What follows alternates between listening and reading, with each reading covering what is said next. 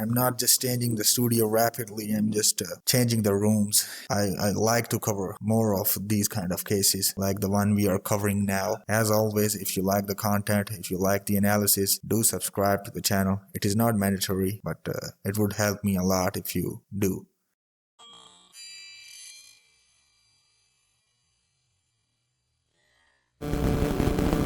On January 28th, 2026, at 7:20 in the morning, 7-year-old boy in Las Vegas picked up a phone and called 911. He told the operator that his mom was hurt. When the police got to the house, they found 2 people shot inside. Briana Flowers, 31 years old, was in the kitchen with a gunshot wound on the head, and Pollard, also 31 years old, was upstairs, wounds to the head, neck, and chest. Both were still breathing when officers arrived, and both died shortly after. That 7-year-old, Emil McLeland, had walked into a crime scene no adult should ever have to process, let alone a child who loves cars and dinosaurs. This case is burning very differently, unlike others. Briana spent the last 7 days of her life doing everything she was supposed to do. She called the police, she reported the threats, she told people that she was in danger and what was happening. She identified who was doing it as well. 7 days, 7 warnings, and on 8th day, she was dead. As of mid-March 2026, nobody has been arrested. The family says they know exactly who did this. They say the suspect has been posting on social media like nothing has happened, and the Las Vegas Metropolitan Police Department won't release the 911 logs, won't release the prior call history,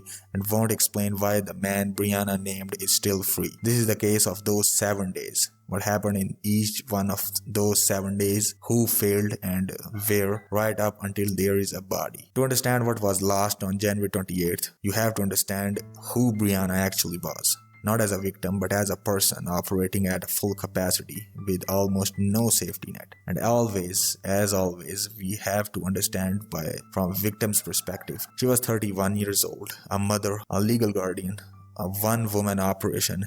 She made her living buying abandoned storage units and reselling whatever she found inside, furniture, electronics, and odds and ends, listing them online and turning other people's forgotten stuff into viable income. The things she liked, she then kept those things to herself for his home. She also used those things to decorate her home. That was Briana. Resourceful, creative, always moving, always thinking new stuffs. People who knew her called her a bubbly ball of fun. She loved to travel, she had energy that filled up a room. But underneath that, she was carrying weight most people don't see. On March 13th, less than 9 months before she was murdered, Briana's mother, Catherine, died of cancer. Losing a parent is already one of the hardest things someone can go through. And that kind of sudden pressure, when someone close to you died, it changes everything. You don't get time to process grief properly when people are depending on you. She became the legal guardian of her teenage sister, Victoria Stockton, and the sole support system for Emil. At that point, she wasn't just dealing with loss anymore, she was trying to hold an entire family together. That was Briana's daily life. She was the anchor for the people around her.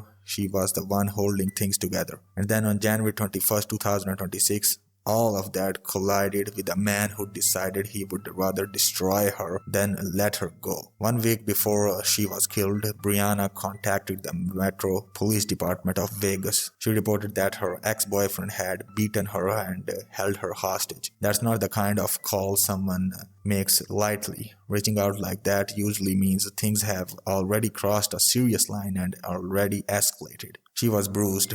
She had knots on her forehead. Those weren't minor injuries. This was a sustained assault that left visible marks on her body. And when injuries are that visible, it tells you this wasn't a one-time incident. It's the kind of violence that builds over time. The way she described it to those closest to her was blunt. Shatira Davis, identified by most as Briana's best friend and godmother to Emil, though at least one outlet reported her as her sister. She basically told me her ex-boyfriend had tried to kill her. Tried to kill her. That wordings matter. People usually soften things when they talk about abuse, especially to protect themselves or to avoid panic or social media. But Briana didn't do that. She didn't say he hit me. She didn't say we had a fight. She said he tried to kill her. And what happened next? The police responded to the call, but by the time they arrived, the ex-boyfriend had already left. He was gone.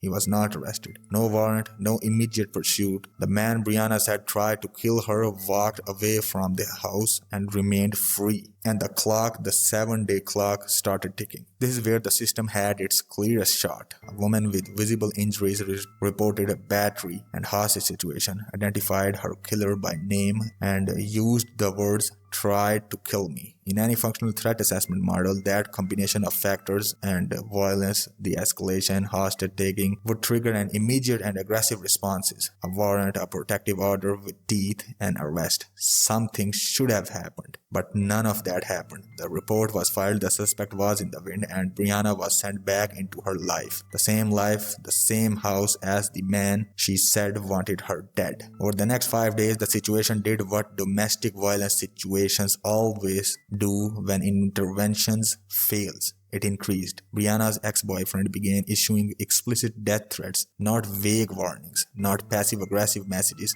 death threats, direct statements that he intended to kill her. Briana started screening calls from unknown numbers. She changed how she moved through her own daily routine. She reported suspicious activity around her home, signs that someone was watching, circling, or keeping tabs on her. Think about what that does to a person. You are already grieving your mother, you are raising 2 kids, you are trying to keep a business going, and now every unknown number could be him. Every car you don't recognize parked near your home could be him. You are basically being stalked to death. You cannot sleep that way. You cannot breathe the same. Your nervous system is running at full alert. And the people whose job is to stop this have already shown you they won't. Briana didn't go silent during these days. She kept telling people, she kept sounding the alarm, but the system that was supposed to respond to that alarm had already demonstrated its ceiling. The report filed, a suspect not found, and no follow-up aggressive to match the threat. The night before the murder, something happened that should have been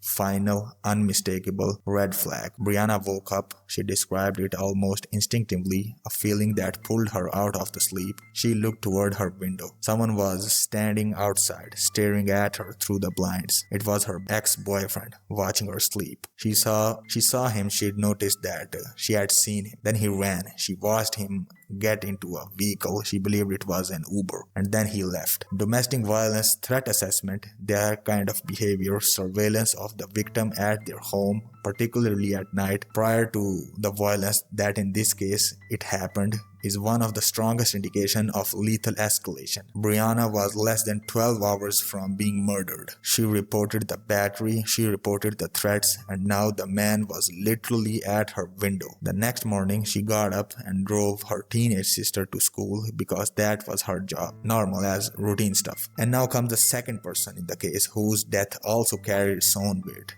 and its own meaning. And Flowers-Pollard, known in the music world as Big Bang, was 31 years old, a citizen of Belize, an artist who had been chasing his music career for over a decade with persistence that people around him found inspiring. He was not Briana's boyfriend. He was not a romantic partner. He was just a friend. People described him as a gentle giant, a big presence with a calm demeanor, the kind of person who made you feel safer just by being in the room. And that is exactly why he was there. When Briana's situation with her ex-boyfriend escalated, when the threats started, when the fear became constant, Pollard came to stay at her home. He was there as informal security, a friend who showed up because a woman he cared about was afraid. He had his own life in the motion. He had management meetings scheduled for the week after he was killed. After years of grinding, he was literally approaching what looked like the professional breakthrough. But he put himself in that house because Briana needed someone. That choice costed him his life. The exact sequence of events on the morning of January 28th contain a gap that investigators have not publicly resolved, but the broader picture is consistent across sources. Briana left the house that morning to drive Victoria to school. It was routine she followed regularly, and at least one person close to the family believes believes that the killer knew that routine well enough to exploit it. David Stockton, Brianna's stepfather, has said he believes the killer entered the home while Brianna was out doing school drop-off. Some early reports suggested that the ex-partner may have forced entry while the people in the home were already inside. The truth of how and when the killer got in the home remains the part of active investigation. What is known to us is that Brianna was killed shortly after returning from dropping Victoria at school. She was found in the kitchen, gunshot wound to the head. Pollard was found upstairs. He had been shot in the head, the neck, and the chest, multiple wounds to the upper body. Analysts who have reviewed the available details describe this pattern as overkill, volume of violence that goes beyond what is needed to kill and enters the territory of neutralizing a perceived threat. Pollard was a big man. He was there to protect Brianna. The nature of his injuries suggests that the shooter wanted to make sure he could not fight back, could not intervene, could not survive as a witness. Both of them were still alive when officers arrived. Both of them died shortly after. Whatever chance there was to save them had already closed by the time anyone with a badge got to that house. And upstairs, in another room, or somewhere in the middle of all this, was Emil. 7 years old, he found them. He picked the phone. He called 911 at 7:20 a.m., told the operator his mother was hurt. Shatira Davis spoke plainly about Emil in the aftermath, saying they were just trying to make sure he gets the help he needs. Then she added a detail that stops you cold, not because it's dramatic, but because it's so ordinary. She said that he only loves cars and dinosaurs. That's who he was. That's the kid who found the bodies. A first grader who loves cars and dinosaurs. Here's the story pivots. No longer just tragedy. This is an institutional failure, and it is still unfolding. As of mid-March 2026, roughly 7 weeks after the murders, no one has been arrested. No suspect has been publicly named by law enforcement. No charges have been filed. The family is not confused about who did this. They are furious. They are pointing directly at the ex-boyfriend. David Stockton put it plainly, saying that given what happened leading up to her death, none of them had any doubt who killed her. It is as clear as sun. And the thing that the family members are most furious about is that while they grieve, while Emil gets therapy, while Victoria tries to process losing the sister who stepped in as her mom, the family says the ex-boyfriend has been active on social media, posting, living her life, carrying on like a man with nothing to hide and nothing to fear. Whether that's a coincidence, arrogance, or something else entirely, the family is begging for answers. The Las Vegas police, for its part, has not been forthcoming. Reporters and family members have requested the 911 call logs and prior call history, the records that would document every time Brianna reached out for help in the days before she was killed. The department has denied those requests, citing the standard line, releasing the information would hinder an ongoing investigation, blah blah blah blah blah. Brianna's case didn't help in vacuum. It happened in a specific place at a specific time that made it more likely, not less. The house where Brianna and Pollard were killed falls within the Enterprise Area Command of Las Vegas Police Department. As of early 2026, that command area leads all of Las Vegas in homicides for the year. Domestic violence is the primary factor in roughly 30% of those local murders. That is not a small number. That is the single largest category. And the resources that are supposed to catch victims before they become statistics, they are overwhelmed to the point of collapse. SafeNet, the main domestic violence advocacy organization in Las Vegas area, reported that over the past year it had to turn away more than 30,000 survivors who came seeking shelter. 3,000 people who showed up asking for a safe place to sleep, and the answer was, no, we don't have room. Not enough confidential beds. Not enough funding. SafeNet CEO Liz Ortenberger has been direct about the scale of the problem. Domestic violence is an epidemic of power and control. She is not being abstract. The numbers back her up. And Brianna's case is the kind of outcome that happens when the gap between number of people in danger and the number of resources available to protect them gets wide enough to swallow someone whole. Pollard's death adds another layer. In domestic violence, there is a term of what happened to him as collateral homicide. It describes a pattern where an abuser doesn't just target the victim, they destroy the victim's support network, just like he did to Pollard. Anyone who comes near to the victim, any family member who intervenes, anyone who stands between the abuser and the victim will be the part of chaos. In Las Vegas, the focus is on the children. Amelia and Victoria lost the person who was holding their lives together. Briana was Emil's mother and Victoria's guardian. She was the one who made sure the bills were covered. She was the one who found a way to keep going after Catherine died. Davis, whether best friend or sister, the relationship is described both ways depending on the source, has stepped into the gap the way people do when tragedy leaves children behind. She's trying to get Emil the support he needs. She's trying to manage the public side of the grief, the media, the GoFundMe, the questions from reporters. She's doing everything she can. She's doing what Briana would have done, holding things together because someone has to. In Belize, the mourning took on a different shape entirely. Pollard was not just a person from Belize. He was a recognized figure, an artist who had built a following over more than a decade of work. In Las Vegas, he is listed in the crime reports as a second victim, but in Belize, he was a pretty big deal. A national loss. The system had 7 days, not 7 months, not 7 years of slow building patterns that were hard to detect.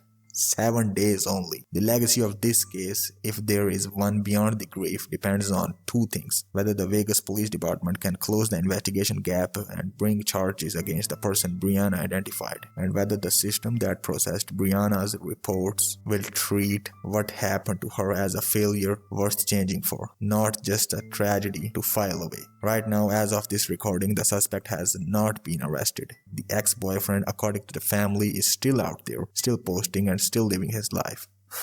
This is the sad end to this case. If you like the content, if you like the analysis, if you want me to cover more content like this, make sure to comment your suggestions. I will see you in the next video. Until then, goodbye and good night.